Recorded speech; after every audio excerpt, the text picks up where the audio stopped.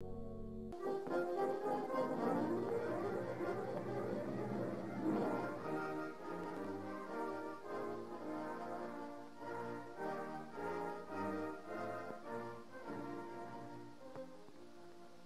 are men from the 2nd Platoon, Easy Company, and I'm Sergeant Brown, their squad leader.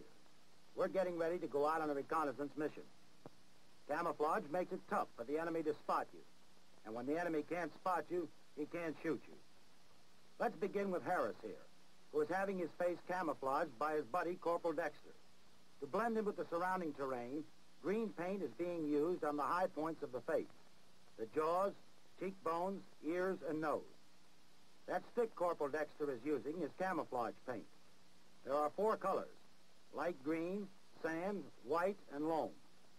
Because, like camouflage paint, they contain no oil or grease, and so do not reflect light.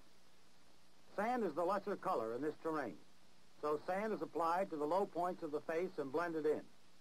Don't ever forget that the skin must be camouflaged because it is oily and reflects light, which can be picked up by an enemy rifleman or observer. And not only your face, all uncovered skin surfaces must be camouflaged.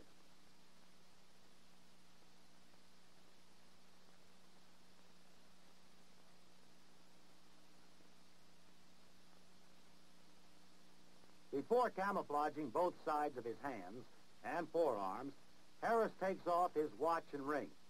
Anything shiny reflects light and is a dead giveaway. Another thing that needs camouflaging is your rifle. If the stock is shiny, rub dirt or mud into it. And if the bluing has come off the barrel, darken that too. It's easy to recognize the outline of a carbine or rifle, so wrap burlap around it. That'll break up its shape. Burlap is an item of issue which you can get from your supply sergeant.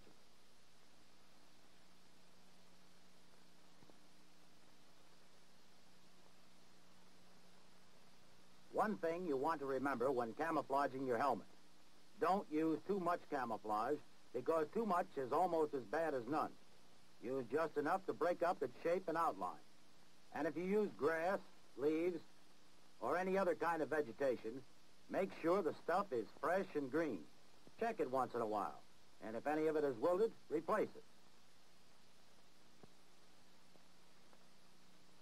Pretty good job. Notice how the foliage sticks over the edges of the helmet, breaking up its outline.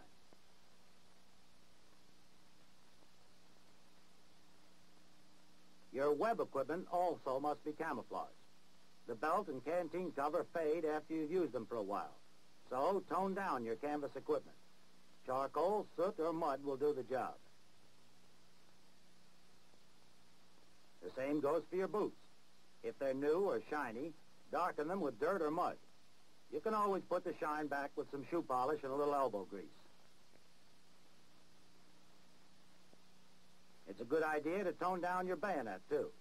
Although the bayonet sheath is a dark color, you never know when you might have to crawl up on an enemy position with your bayonet fixed. It takes only one little flash of a bayonet in the sun to alert the enemy. Well, it looks like the patrol is about ready to move out. But first, I'm going to inspect each man.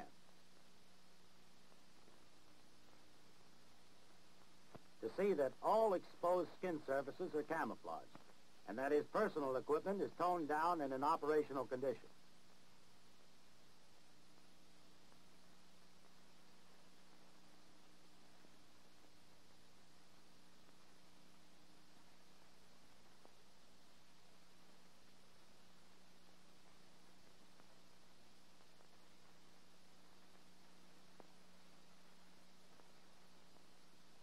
Bayonet toned down? Good.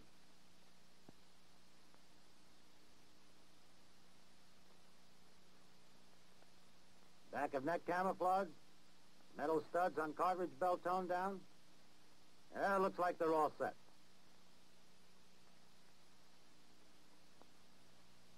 After studying the terrain and a map of the area, I decided to move out initially in a diamond formation. It provides all-around security and is easily controlled. The diamond can be closed in or spread out, depending upon visibility and terrain.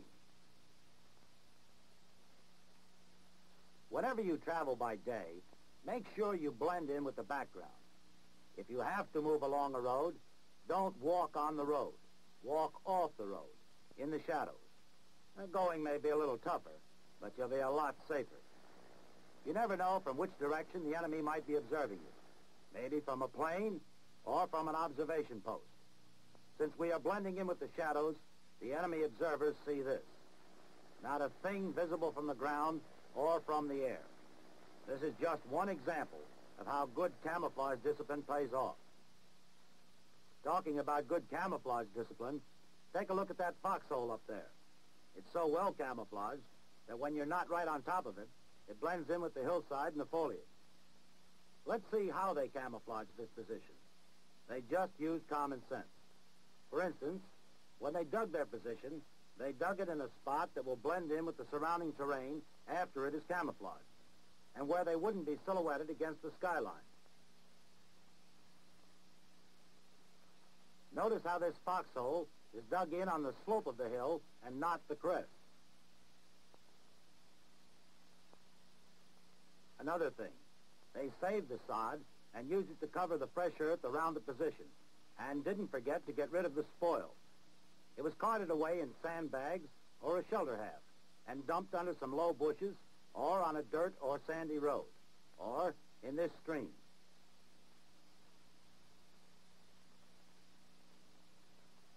When they didn't have time to dispose of the spoil, they made sure to camouflage it with grass, leaves, or brush. And last but not least, they built a cover. This concealed them from air observation. It's easy. All they did was make a frame from some short branches, tie them together with wire, strips of cloth, or dried grass, and then garnish the whole thing with grass or foliage to match the surroundings. Their foxhole is their own fortified position. It's a soldier's main protection on a battlefield, so he does everything he can to conceal it. Then, here's all the enemy will see. Nothing but a hill. And from the air, no sign of any activity. We're going through the woods, which is the best way to travel in the daytime. You've got cover, that is protection from fire of hostile weapons, and concealment, that is protection from hostile observation. But even so, you've got to be careful, because you never know from which direction the enemy might be watching you, or when he might try to sting you. When this happens, disperse and take advantage of any kind of cover or concealment around.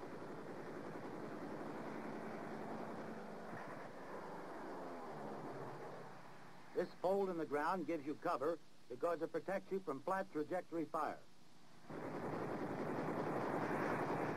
But this kind of cover is better because it not only protects you from flat trajectory fire, but also from overhead fire.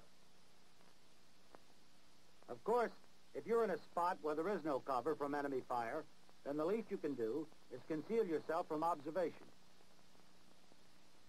Each member of the patrol, in addition to observing in his own sector, keeps a constant eye on the patrol leader.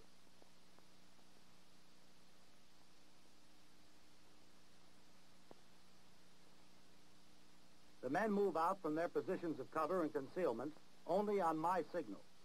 As the patrol crosses the stream and starts to climb the hill, I spread out their formation. The terrain is more open, thus affording greater visibility for control purposes.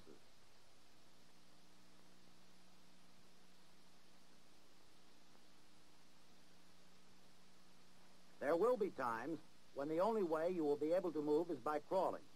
If there is plenty of cover and concealment available, use the high crawl. Cradle the rifle across your arms, lift your body slightly off the ground, and move forward on your elbows and knees, alternately advancing your right elbow and left knee. Just one thing, even though your body is off the ground, keep your tail down.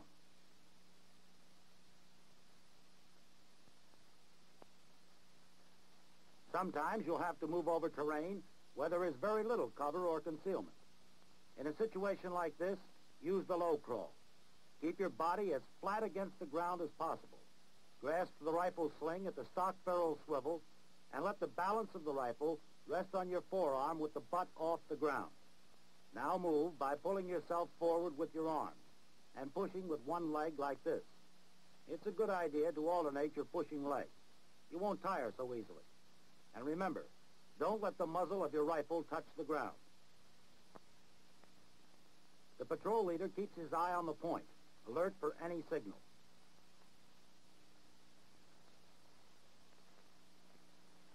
Sometimes you've got to get somewhere fast. This means a rush. Here's how you do it. Raise your head slowly and select your next position. Then lower your head slowly, pull your arms into your sides, cock one leg forward, and spring to your feet by pushing up on your arms and legs. Rush forward, crouch low, and run in a straight line. Don't zigzag, because zigzagging won't keep you out of the beaten zone of a machine gun. As you get to your new position, plant both feet, drop to your knees, and fall forward, breaking the fall with the butt of your rifle.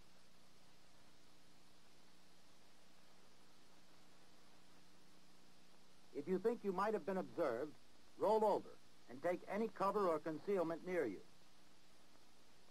Before you begin to fire or observe, make sure the spot you picked gives you cover or concealment or both. One of the best ways to observe is in the prone position, around the side of an object. This presents a low silhouette and conceals most of your head and body.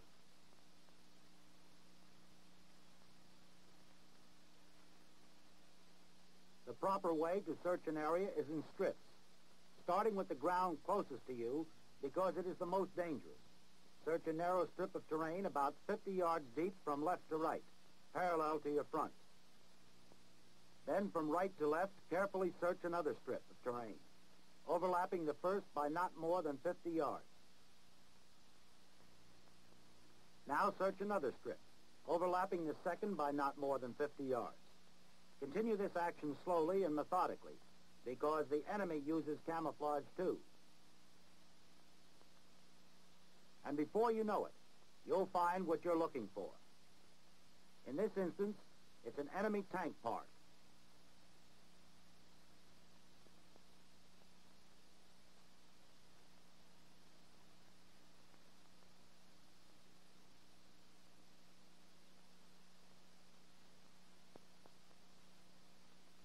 After moving down from my vantage point on the hill, I immediately plotted the position of the enemy tank park on the map.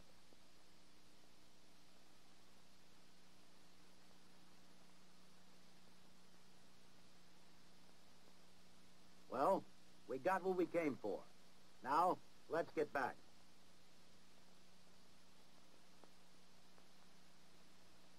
You report your findings back as soon as you can. Then, if you don't get back, the information will.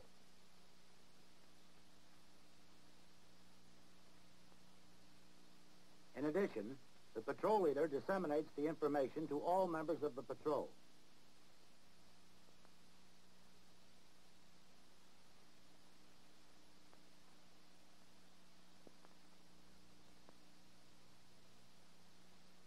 Immediately, on returning to our lines, I reported with the entire patrol to the battalion intelligence officer, and the patrol was debriefed.